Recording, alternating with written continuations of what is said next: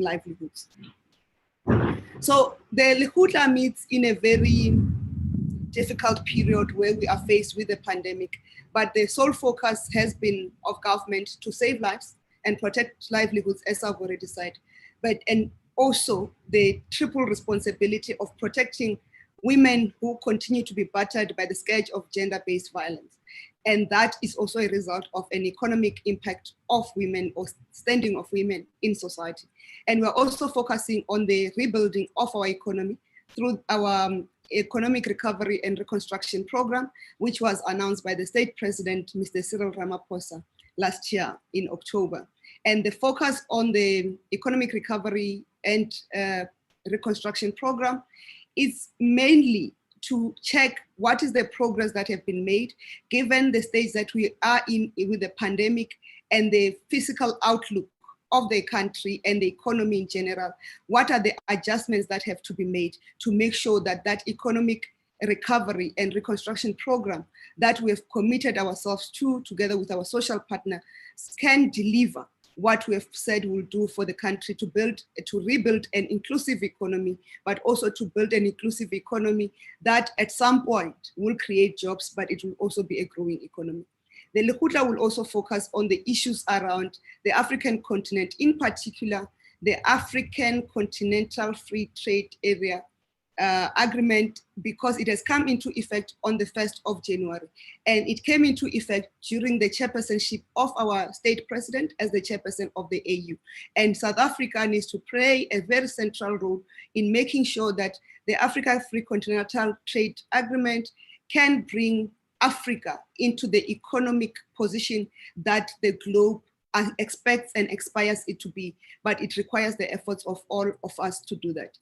And also what is also critical for us is the discussion around the state of municipal finances, that we know the challenges that we face in our municipalities, and municipalities remain the face of government that is closest to the people, and therefore we cannot continue to neglect the state of their finances. More so, they're also going to local government election. We need to make sure that the elections, when they take place, the new municipal leadership will come into sound organizations that are able to deliver services. But also it's important to strengthen the delivery of services by municipalities. In terms of the agenda, the Lekgotla is going to be over 3 days. And the president started by also calling on all of us to observe a moment of silence to honor our late colleague, Minister Jackson Tembu, may his soul rest in peace, because he served with us and it was the first meeting since his passing and his burial that we were meeting. So we had to pay our respects to him and his contribution to us. But we have already dealt today with the matters around the current state of the economy, the fiscal outlook, and the budget, including the state of municipal finances.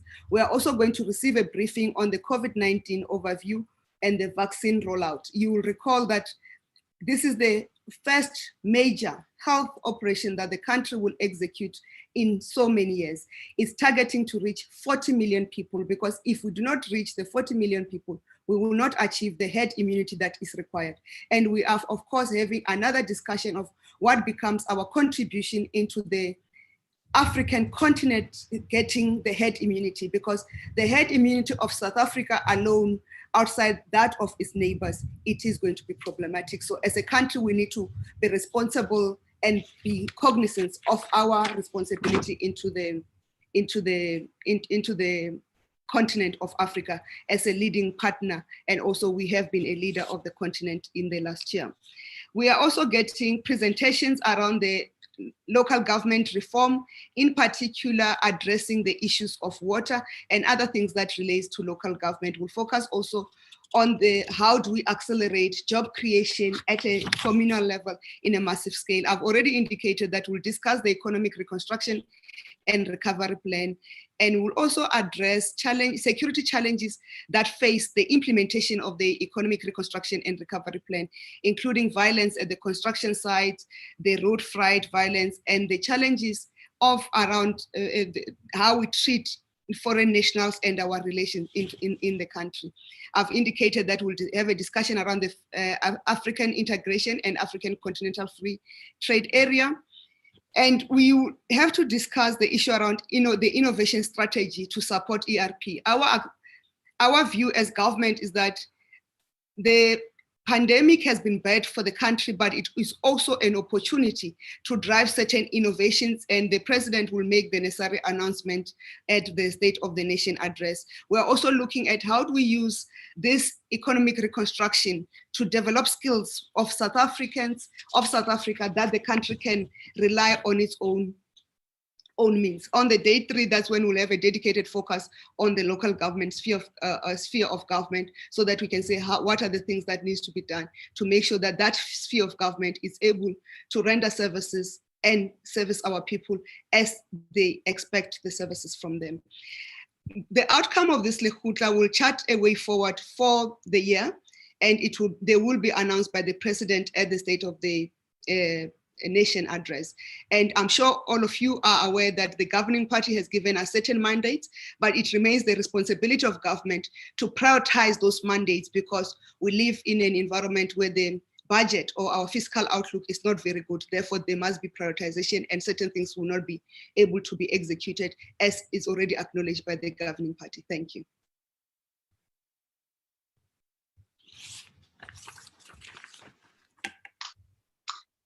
Thank you very much, Minister.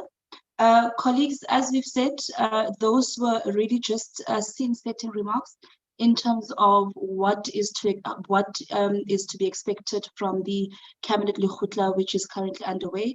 As I've indicated, that colleagues who wish to engage the Minister through questions can just raise their hands on the Zoom platform, and we will take only one round of questions because the Minister actually is currently in Cabinet and she needs to go back to the Cabinet Lekgotla.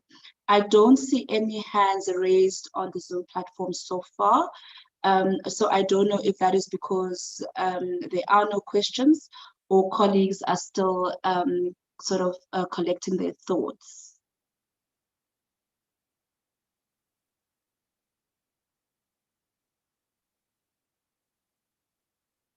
Okay, questions going once.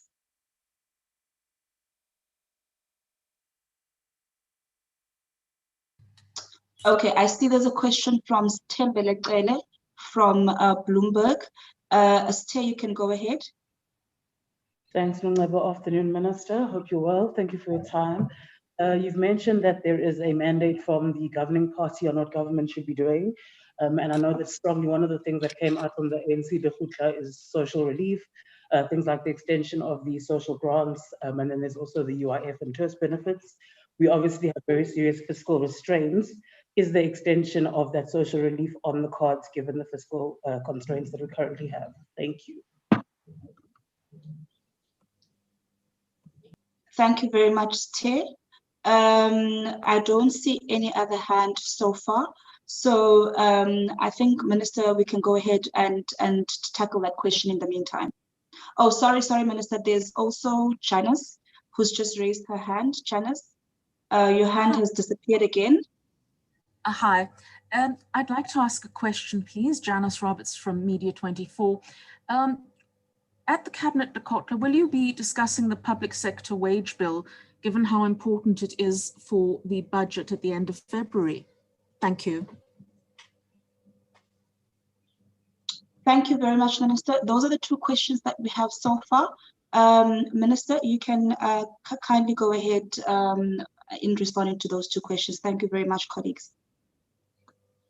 Thank you for the questions. In terms of the question around the tests and the extension of the social grant, what the ruling party, the governing party had indicated to us is that they understand that they are budgetary constraints, so it should be when budgets are permitting. And in tests, we have the ruling party has said government must go back and negotiate, as already the negotiations are going on with the Minister for Labor, for Employment and Labor in the NEDLEC forum and the Bargaining Council and the relevant forums. So those are the mandates. So there was no imposition. It said government must go and prioritize depending on what the budget constraints can cover. Government must do that. The first priority that we are very clear on is about getting the vaccination to majority of South Africans for us to attain herd immunity. And in terms of the question around the wage bill, we are discussing the budget in its entirety, and the wage bill is a huge component of that budget. So that discussion is going to be taking place as well.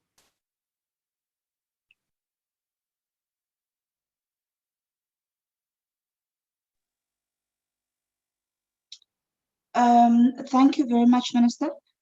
In the absence of any other questions from colleagues on the platform, as we said that this was a very short briefing, it was really just to set the scene for what Cabinet will be discussing over the next couple of days. As the Minister said, that the outcomes of the Cabinet Lekgotla will be what will go into the State of the Nation address by President Ramaphosa. And thank you very much, Minister, for your time. We know that you were only appointed yesterday and we're already hitting the ground running. So thank you very much. And thank you, colleagues. That's where we'll end our very short doorstop / brief remarks on the scene setting for the Cabinet Lekgotla. This briefing is adjourned.